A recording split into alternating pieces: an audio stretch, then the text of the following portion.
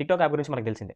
చానా చోట్లయితే చాలా మందిని ఇన్‌ఫ్లుయెన్సర్స్‌ని కూడా క్రియేట్ చేసింది. అదే ఇన్‌ఫ్లుయెన్సర్స్‌ని సెలబ్రిటీస్‌ని కూడా చేసింది. ఈ యాప్ అయితే మనకి సోషల్ సెక్యూరిటీ ఇష్యూస్ వల్ల ఇన్ఫర్మేషన్ డేటా అయితే చైనా వాళ్ళకి పంపిస్తున్నారు. ఇది చైనా థర్డ్ పార్టీ యాప్ గదా! బైట్ డాన్స్ అనేది పేరెంట్ కంపెనీ అనమాట.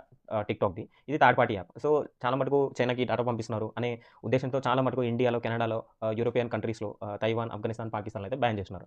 సో, బ్యాన్ చేసిన తర్వాత జనవరి 17థ్ యూఎస్ వాళ్ళు కూడా సుప్రీం కోర్ట్ వాళ్ళు కూడా డెసిషన్ తీసుకున్నారు.